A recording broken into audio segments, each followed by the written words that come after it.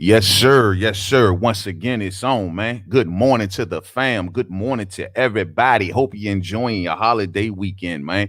What's up, y'all? Mainman Mademan in the building this morning.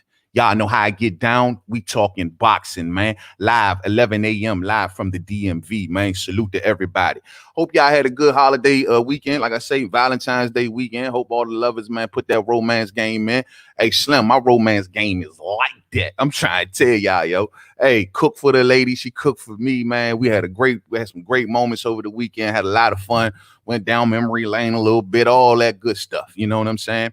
And we made it real fun, man. So I hope y'all had a good weekend out there with y'all loved ones or y'all other halves, or for those who don't, maybe your mother, your father, your auntie, your grandma, whoever, you know, that you say happy Valentine's Day to. I just hope that y'all, man, enjoyed yourselves. You know what I'm saying? So we just gonna drop on in for a quick moment, like I like to do sometimes, and we just gonna talk this real spill this morning, y'all. You know, we're gonna cover a couple topics real quick. I didn't get a chance to do We Talking Boxing yesterday, y'all. I gave y'all forewarning.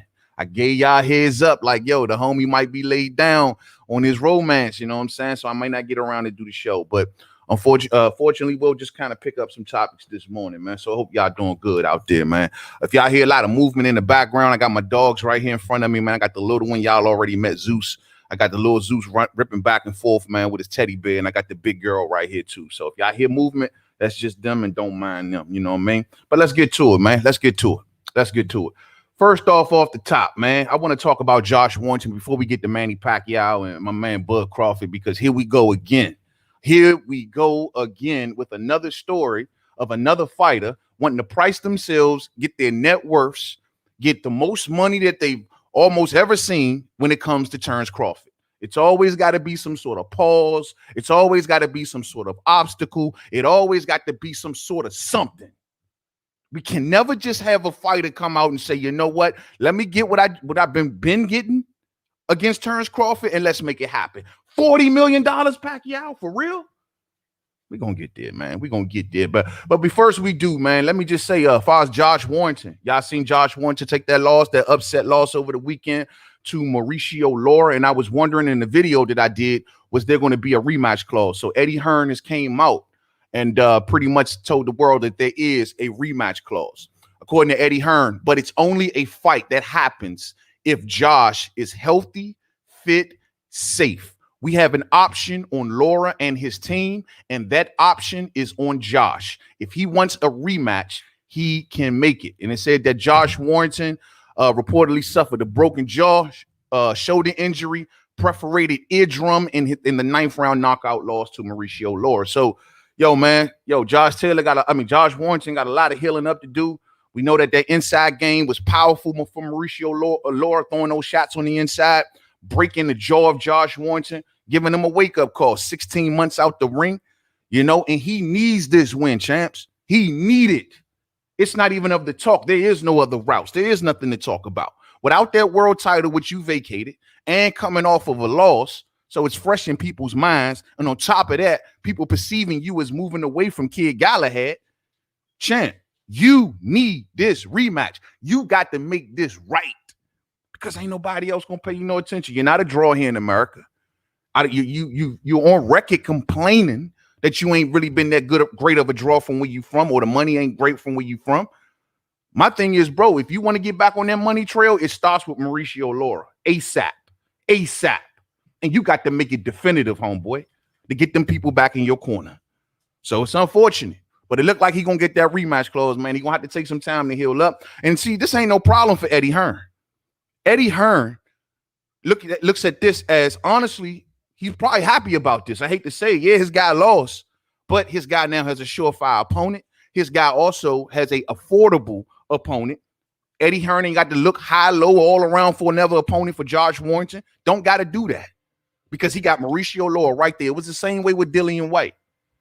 Remember when Dillian White's WBC mandatory situation was getting in the middle of Wilder and Fury and all of this other stuff? Well, when Dillian White took that L, you seen a smirk on Eddie Hearn's face. He like, look, that's just one problem I ain't got to worry about. Well, guess what? We'll line Povetkin back up. It's a big fight. Everyone wants to see the rematch. I'm good.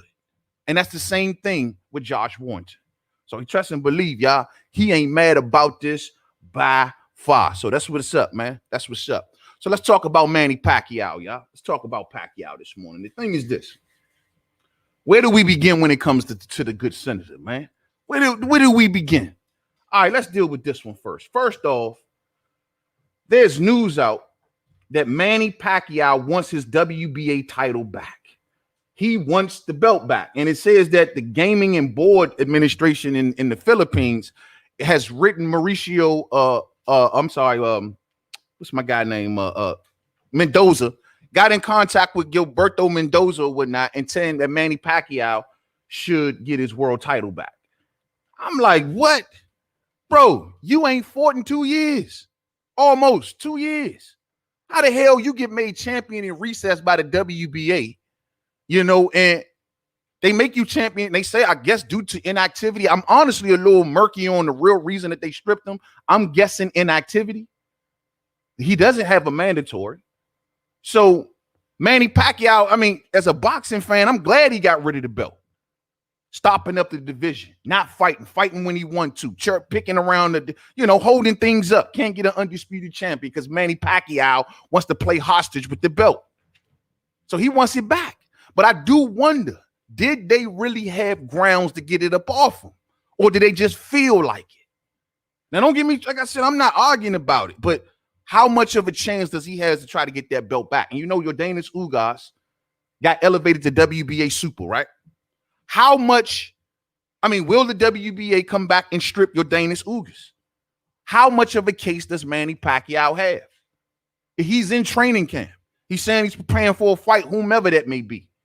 So he's signaling to the WBA, hey, man, he gonna say we had COVID. I couldn't get nothing off the ground. I had my senatorial duties. Y'all knew about this. All of this was going on, and ain't no fights was really getting made, at least on my level. So why exactly did you strip me again? And that's what I wonder. Like, will he present a defense similar to that? Because aside from inactivity, which in the WBA, it's depending on which fighter, which weight class, inactivity is good for that guy, but it ain't good for that guy. If it's just due to inactivity, because I thought Pacquiao was cool with this. I thought Pacquiao was backing away from this in the fashion like, yo, I'm good with it. Here, take the belt. I don't need the belt. I'm bigger than belts. I'll just go and fight whoever the hell I want to. That's what I thought Pacquiao was doing. But nah, champ, Pacquiao, like, I want the belt back. And I got the government in the Philippines on it. So I don't know. We'll see how that all works out, man. We'll see how that all works out. Let's keep pushing, though. The big news about this is that Manny Pacquiao is asking if he wants to face Terence Crawford. He wants $40 million. And Terence Crawford gets 10. Now, I don't know if this is a negotiation tactic. I don't know if this is just Manny Pacquiao aiming high so he can be chopped down to 25 to 30. I don't know if that's the case or not. All I do know is $40 million is outrageous, bruh. That's insane. What's up with y'all fighters out here, man? Wanting your net worths to face Terence Crawford. Is he that much of a threat? You walked into a fight with Keith Thurman, didn't go ask for nowhere near no damn $40 million. So you think you could deserve $40 million from Terence Crawford? Is that not a price out? Is that not a price out? The only way that Manny Pacquiao should feel confident and secure within himself for asking for $40 million away from Terence Crawford is if he knows, or his people knows, that Bob, as we've known since last year, has been overseas talking to those Middle Eastern dudes. And they tell him that, yo, we got $50 million for you for a Terence Crawford versus Manny Pacquiao fight. And if that is the case, it's still 40 to 10. That's insane. That's still insane. That's disrespectful. I love you, Manny. You're a legend. The good senator, right? Maybe even be president one day. El Presidente. But don't mean nothing. At the end of the day, respect this man. 40 and 10? Bro, that's crazy. So what the hell Pacquiao doing? Why is this so goddamn hard? Like, it's been hard to make a fight with Pacquiao and Crawford for years, even when they were all under the same umbrella. At that time, it was Bob Arum running protection plans for Manny Pacquiao. He didn't want to see Manny Pacquiao beat. And he know he would have gotten beat. And I'm listening to Pacquiao asking for this amount of money, and I think he know he might get beat. So I got to ask for the most I can get on the way out the door. If I'm going to take my risk against Bud, well, I'm cashing out. But why the hell you ain't try to cash out against Keith? Why the hell you ain't asked for this amount of money against Errol? It's only when it comes to Crawford, I need $40 million. In a pandemic. Now, on the flip tip of this, I always say this too in videos. Bob Arum and Eddie Hearn talk too much when it comes to money. They blabber all of these figures around. They run around 100 million for that fight. Or AJ and Fury is going to go to the Middle East and talk to these people and get that amount of money. This amount. When you got these fighters, it's just like when Eddie Hearn first got with DAZN. And then he running around blabbering around $1 billion. Oh, I got $1 billion. Well, guess what then? When you sitting there telling everybody how much you got in your pockets, don't be mad when these fighters come around like, yo, that's just what I need. If I know you working with that amount of money and I know my value, this is how much I need.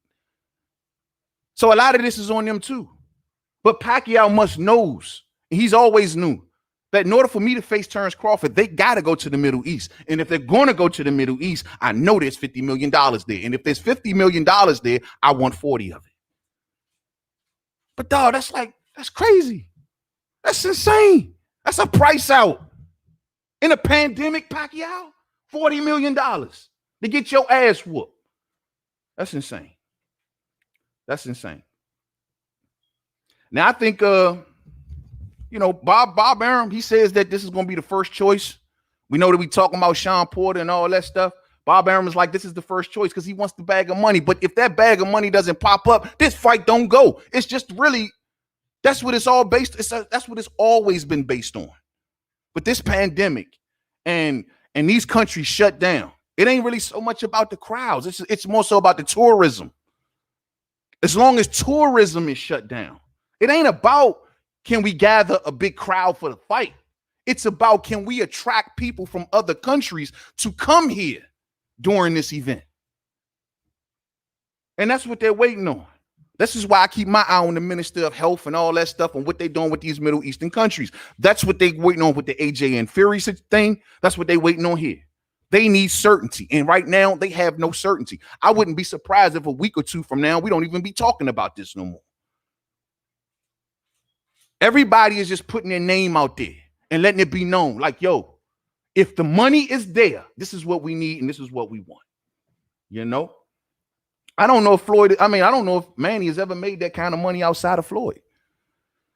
I know with the Cotto situation, no, I don't think he got $40 million. $40 million? This is insane, champ.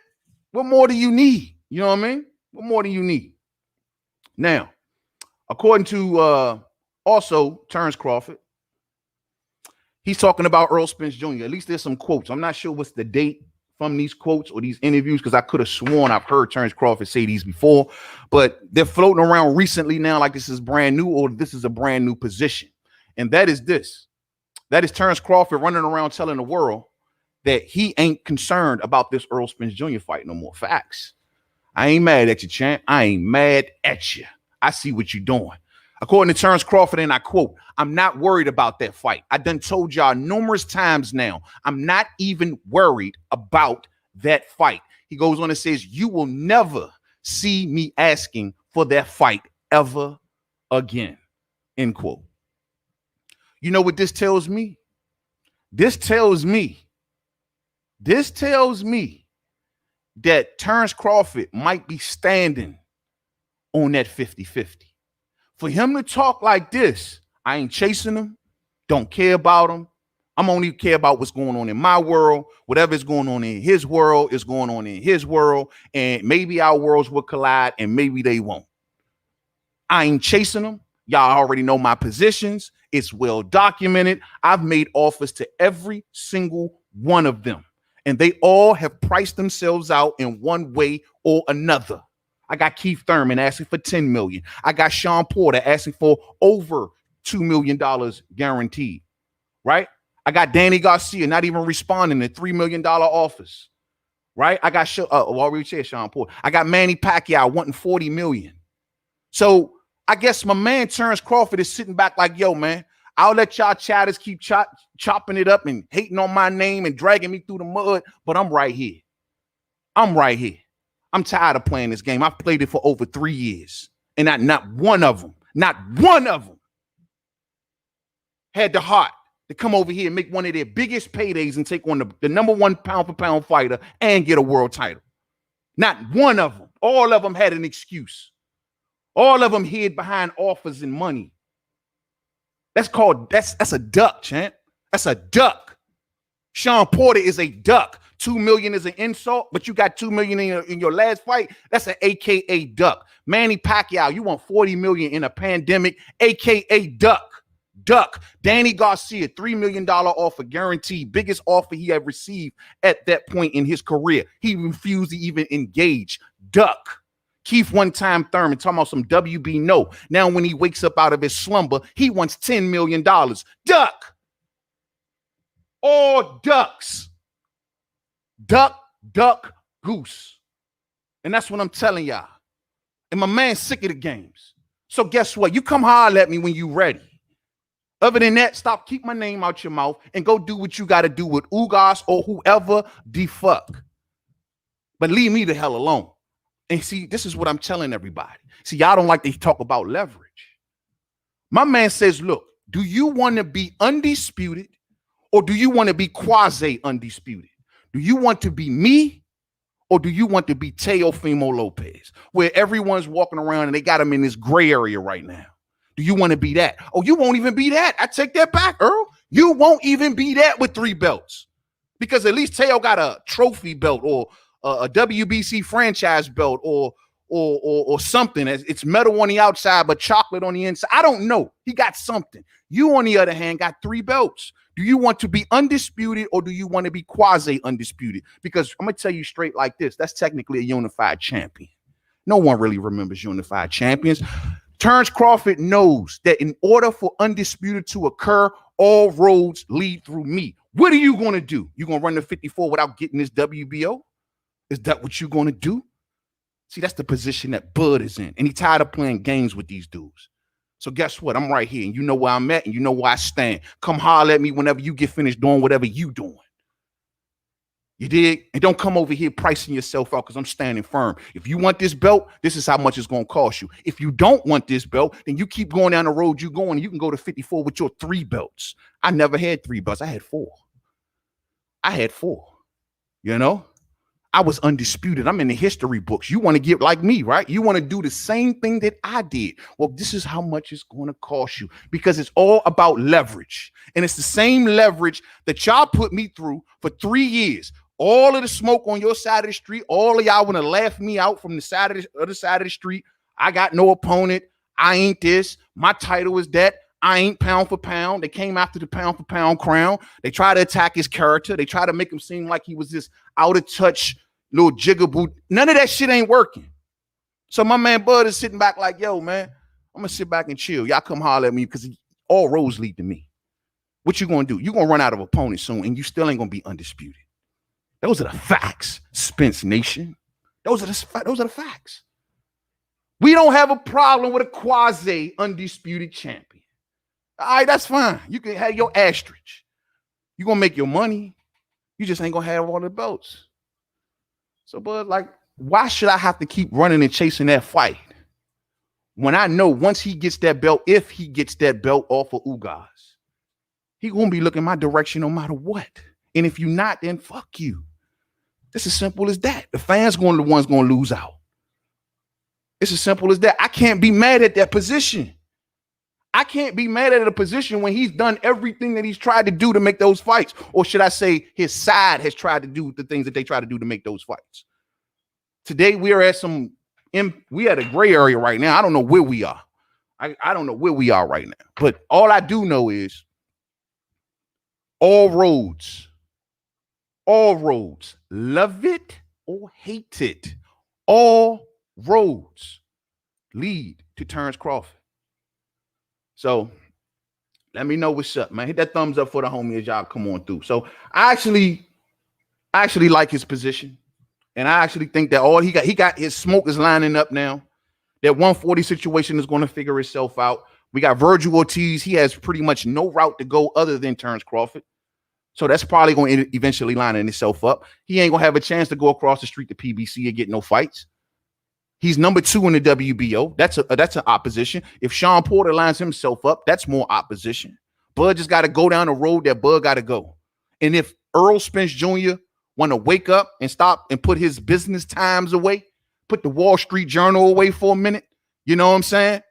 If PBC, should I say, want to put the Wall Street Journal away for a minute, and they want to actually sit down, talk about this legacy-defining fight, not just a regular fight, legacy-defining fight. While all y'all boxing fans running around here talking about this fight like it's just some regular everyday fight. No, it's not. It's huge. It's legacy-defining. You know what I mean? We need more than one. If we get one, we need more than one. It's that kind of fight. So my deal is this is very important. And I would think that Errol Spence Jr. and his PBC team will realize how strong, how big of an opportunity this is for your legacy, for your Hall of Fame walk, for being remembered, for your moment. Because you ran away from the Keith moment. So your moment is with Terence now. You cannot let your career sunset. And that happens. That's all I'm saying, bro. You're going to be one miserable person. You're going to be sitting around in your 50s and 60s like, damn, look at Riddick Bowe. Wish he never threw that title in the trash. Wish he would have got in the ring with Lennox Lewis. That moment is in time is gone and it will never come back around again. And that would have been a special moment. So that's the question that's going to have to be asked when it's all said and done. Bud going to be right there with that title, still waiting on your answer. Who got the leverage now? Maybe that's the reason he says, don't ask me about that fight no more. Y'all know my positions.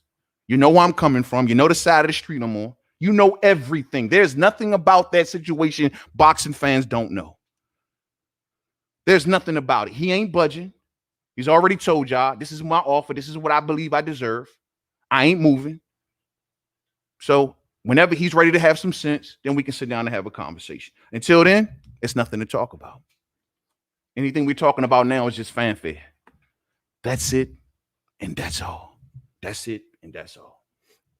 You know, before I get out of here, god damn, yo, we went through this whole stream so far, not one comment. Good morning to y'all too. God damn. Y'all sitting back just chilling this morning, huh? I mean, not one good morning to the main man or nothing. You know what I'm saying? Y'all don't even, what's up with you? Nothing. But it's all good. We keep it pushing. You know what I'm saying? Teofimo Lopez, man. Y'all seen me talking about this dude in the last video. You know what I'm saying? And I heard him saying he's taking his talents elsewhere and everything. I just want to say before I get out of here, man, like I told y'all in the title of that video, this situation is pathetic. It is pure and simple pathetic. You know what I mean? This is a kid that's did everything right. He ain't did nothing wrong. Not one thing wrong. He did everything right. He's popping on social media. He gets the social media going. He beat the names. He beat the man that beat the man. And people, and see, this is what I'm getting. It's like every time, man, in today's boxing world, like I don't understand the boxing fans. We got a kid that does everything right, and he's being persecuted as we speak in the public. We got his promoter, don't want to pay him properly. Don't want to pay him, respect him properly. It's sad what Teofimo Lopez is really going through. It really is. Somebody to get that kid and make him to the star that he deserves to be. It is pathetic that his fight is going to a purse bid. Bob Arum, pathetic. You gave that kid the world and a bag of pearls. All those belts, fed him Vasil Lomachenko, made him into who he is. Now he can't walk away. I don't get this, man. In a lot of the instances, today's fans, we so bought into the fighters where we're looking past what they're really doing, man. Like, how do you go against Teo and how do you go against Bud? I will never understand. They both did everything right.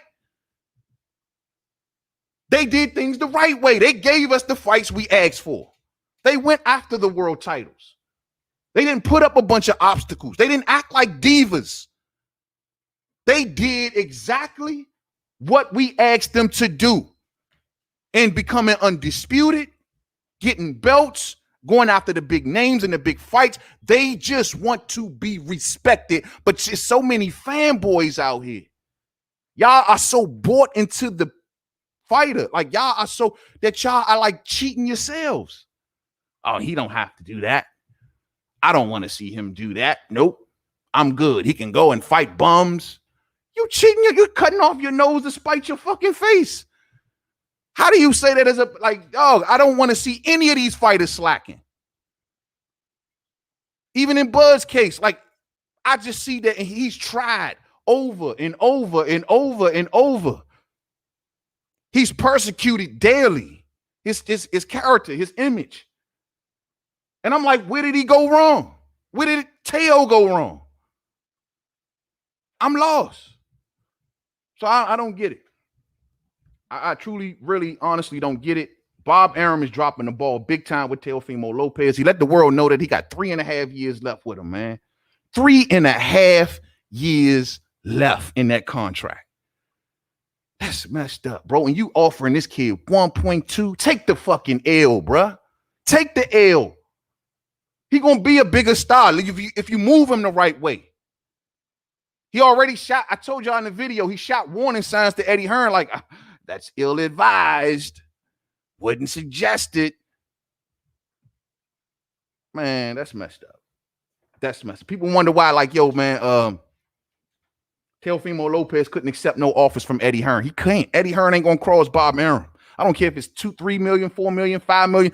It doesn't matter. If Bob Arum don't want Teo to go, Teo ain't going nowhere. He ain't going nowhere. 3.5 years. And Bob Arum ain't made a dime off him yet. So I'm telling y'all some real spiel. This is a pathetic what's going on with this kid. He didn't do nothing wrong. He did everything the exact right way. He beat Nakatani, he beat Comey, and he beat Lomachenko. That's better than any of the 135 pounders. Any of them. That's better than every last one of them. Better than anything Tank did, Devin did, Ryan did, Linares, whoever. That's better than any of they did. And yet, this kid don't get... I don't know. Me and boxing nowadays, I've been a boxing fan all my life. And I just don't understand a lot of parts of today's sport and who we like and who we don't like. I thought we rooted for the Warriors, but I guess those days are over. Now it's just rooting for whoever you like. And whoever's from your state or whoever's from your neighborhood, or that's it and that's all. And no matter what. No matter if they're right, no matter if they're wrong, no matter if they're going to give you the fights you want to see, no matter if they're not. We so bought in. You know what I mean? We so bored in on the low and we don't even know it. So I'm going to leave it with that, man. It was a good morning. Just chat it up, man. You know what I mean? Just come on through and just say what's up to the fam. But since the fam ain't saying what's up to me, I don't know what to tell y'all, man. I'm really shocked not one of y'all said what's up to the homie this morning, man. Maybe something going on with YouTube and I don't know. But damn, you know what I mean? So I'm out, y'all. Thumbs up for the homie on the way out. If you didn't hit it on the way in, I'm Ghost, man. Much love to the fam. To the next video. Peace out.